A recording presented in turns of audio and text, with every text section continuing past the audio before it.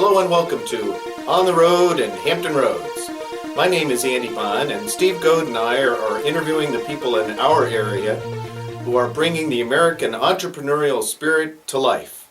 Today we are with Scott Taylor. Scott, thank you very much for hosting us. Thanks for having me. I appreciate it. It's a pleasure. And I hope to find out a lot more about the entrepreneur in you. I only know you as a political candidate. Sure. So if you could tell us a little bit about what you're doing as an entrepreneur, please. But I want to be able to, but toward the end I'd like to focus on what does it take especially, not from the inside, but what do you have to do mechanically to move forward in this realm? But tell us about you first. Sure. Well, again, Scott Taylor. I'm from the Eastern Shore of Maryland originally, a small town called Hebron. No stoplights. Started working, shoveling chicken poop and picking plants like watermelons and baling hay at the age of 11. And so I've been working for a really long time. And joined the military, spent 8.5 years in there in the Navy. When I got out, I knew that I wanted to work for myself and have my own business. So I started investing in real estate at the age of 19. So it was a very easy transition just to continue on with real estate once I got out. But of course, we all know what happened to the real estate market. So even though we still have some real estate investments, we have moved into, when I say we, my sister and I are partners in a family business, and we have a real estate brokerage, and we have an Anytime Fitness franchise, and now we also do security consulting overseas in places like Yemen and training for organizations like Operation Smile, and I'm also doing speaking engagements around the country for businesses and for strategic business planning and teamwork. What did you do in the Navy? I was a Navy SEAL. And so is that where you gained the background to help people understand what they need to do with respect to terrorism? Yes, absolutely. That's because of being Naval Special Warfare, having that in my background, it's certainly enabled me to have the first-hand knowledge to be able to talk and help businesses and then also individuals with their security concerns around the world, no matter what the country. And with respect to real estate, commercial or residential or both? We started investing in just individual properties, rental properties for a while, and then we purchased, with a couple partners, purchased a hotel at the oceanfront, changed it into condominiums, sold some of those. We still have some rental properties. We got crushed like everybody else in real estate with our equity, of course, and but no commercial to this at this point. But that's something that we're looking at in the future. So what does it take to do those diverse enterprises? Because it seems like there's not much of a fit between all of them, or am I wrong? Well, I'm a curious individual, and when I see something that makes sense to me, whether it's a gym or security or real estate, I like to pursue it. I like to educate myself first on it. The business mechanics themselves are roughly the same for most businesses. You just need to understand, of course, what it is you're getting into, and I've certainly made plenty of mistakes along the way with each business. But I just want to do interesting things, and I have zero fear of trying them out. And where does that lack of fear come from? I'm not really sure. I come from a very modest background with a single mother, 3 kids in the house. She was always struggling, and I basically I knew that I would have to work hard and be honest, and if I wanted to rise above that. And since I've been there, I'm not afraid of starting there again at any point, really. So I think that just the drive to rise above the circumstances that I grew up in, and then having no fear of being there because I understand being at that level. So I'm just, one of my buddies had a motto. He unfortunately perished in an accident in Afghanistan, but his motto in life was, "I'm going to ride this till the wheels fall off," and that's my motto too. Well, it seems to be a Navy SEAL, you have to have a lot of confidence. Sure. So in addition to understanding that if you fall, you can only fall so far, and you've already been there and survived, then there's the confidence that adds to that coming from being a SEAL. But is there a religious component to that as well? For some reason I associate with you church too. Yeah, absolutely. I'm certainly a Christian, and I have faith in my God, and I have faith in myself. And as far as the confidence goes, I certainly have a self-confidence that I know that I'm going to work hard in order to accomplish any challenge or endeavor. I try to surround myself with the best people that I can, to help me, because you certainly can't do things alone.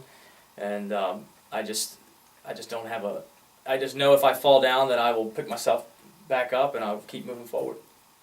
And so what caused you to do fitness, and then, because you said that you were doing real estate while you were in the service. Yes. So how did you get into the fitness franchise? I just had an idea one day that I was like, I wanted to put gyms into airports, and so I was just looking around on this website called vetfran.org. So if you're a veteran out there, vetfran.org showcases franchises that give veterans discounts.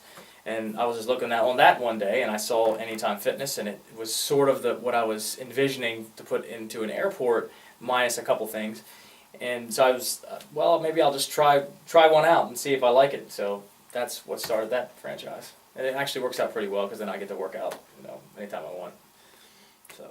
And have you been able to place them in airports? No, I haven't moved to that.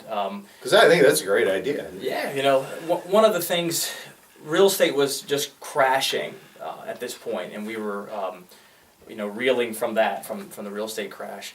But I knew that I needed to diversify as well too, so I wanted to place my money in something else. So we started the gym franchise right in the downturn.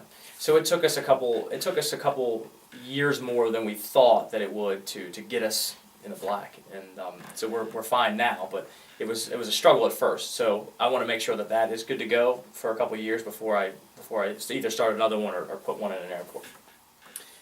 And then if I can touch on the speaking and Sure. the consulting business, is there a risk to that?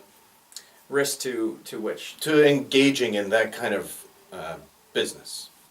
Because it seems, if I get a speaking engagement, that'll take some time, and if I don't, well, I'll just focus on real estate and fitness, and so there doesn't seem to be much risk, or am I misunderstanding? I don't see the risk.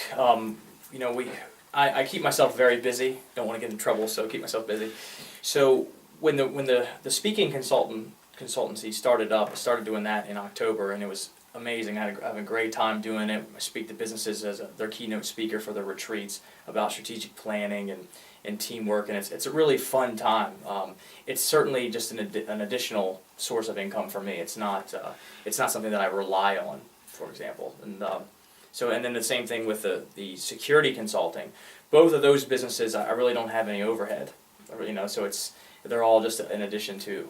So I really enjoy doing both of those, because there isn't that much risk. Well, maybe not for you, but for those following your advice, there's some risk that you're wrong or right, and so there's some responsibility that comes with that, and I would think that would weigh on your mind. I mean, if you're going to Yemen's a pretty dangerous place. You're absolutely right, and I go there myself to give security management consulting for an oil company over there, and we deal with, right now we're dealing with AQAP and other things that are going there. So I take it very seriously. Don't get me wrong. When I'm over there, I'm doing everything in my power and my knowledge to minimize any loss of life or any loss of property. So I certainly take it very, very seriously. And we don't have all the answers, and we don't have the ability to mitigate every risk, but I do everything within my power to do so. So we've gone through the businesses, and you've told us about where you gain that interior strength to pursue these adventures in business. It's clearly not an adventure to be over in Yemen, where it's clearly a dangerous place. I don't mean to minimize that. I think it is an adventure. Okay, fair enough then. But I didn't want to minimize the reality, the danger that is there by calling it just an adventure, like going on a road trip would be. No, you're absolutely right. It is. It's a place with a lot of challenges right now, and there are certainly a lot of instability all around the country there. So if you're an American or just a foreigner in Yemen working there, there is certainly a risk, and it is my job to go there and try to mitigate as much as possible. And so through this series of videos that Steve and I have done on the road in Hampton Roads here, we've learned a lot about that interior strength. But what we had hoped to focus on for the next few sessions is, how do you start? How do you mechanically get going? So could you help us with that, please? Sure. Well, it depends on what you're. Let me preface it by saying anyone can be an entrepreneur. Anyone can, especially in this day and age with technology, anyone can start up a business whether it's at home or whether it's in a retail space or what have you. And depending on your financial situation, is what you're going to be able to start, of course, because there are certainly businesses that have capital requirements that you can, one, either go to family or an investor or a venture capitalist or have it yourself to use, or you could be at your home and start an internet web store with very minimal financial commitment. So I really think that anyone can get out there and work hard, become knowledgeable about whatever it is that you're interested in. Of course, maybe take some business classes or study it online. There's a plethora of information about starting businesses and entrepreneurship online that you can tap into for free. But I would encourage and challenge anyone to go out there and become an entrepreneur and take some risk. I mean, that's what our country's all about. And if you fall down, so what? Get back up and keep going forward. Your forefathers have done the same. They've all made mistakes. You're going to make mistakes. Learn from them and keep going. But you've relied on the web as a resource for you. Yeah, absolutely. I mean, there's plenty of resources on the web for sure, and that has enabled. I mean, if anything, the web has enabled Americans to get up and of any stature, of any social status, to really get out there and become an entrepreneur. So before we close, could you tell us, how do we reach you? How do we find out more about you? And where is your franchise, the Anytime franchise? And Sure. tell us a little bit about any websites or where we can find more information about Scott Taylor. Sure. Business-wise, our gym is on the corner of Princess Anne and Dam Neck Road and Lansdowne Commons Shopping Center, Anytime Fitness. You can reach me at staylor at assurance, ASSURANCEINTL.com if you're interested in any security things. I'm on Facebook for politics, Scott Taylor for Politics on Facebook, so please check me out. Feel free to contact me in whatever realm that you need a question answered in. And real estate? Real estate wise, we are Neptune Associates is our real estate company, and you can reach us at 422-4060. Great. Well, thank you very much Thanks for your for time. having me. I really appreciate it. It was a good time. Thank you very much, Scott. You've been with us again as we've been on the road in Hampton Roads.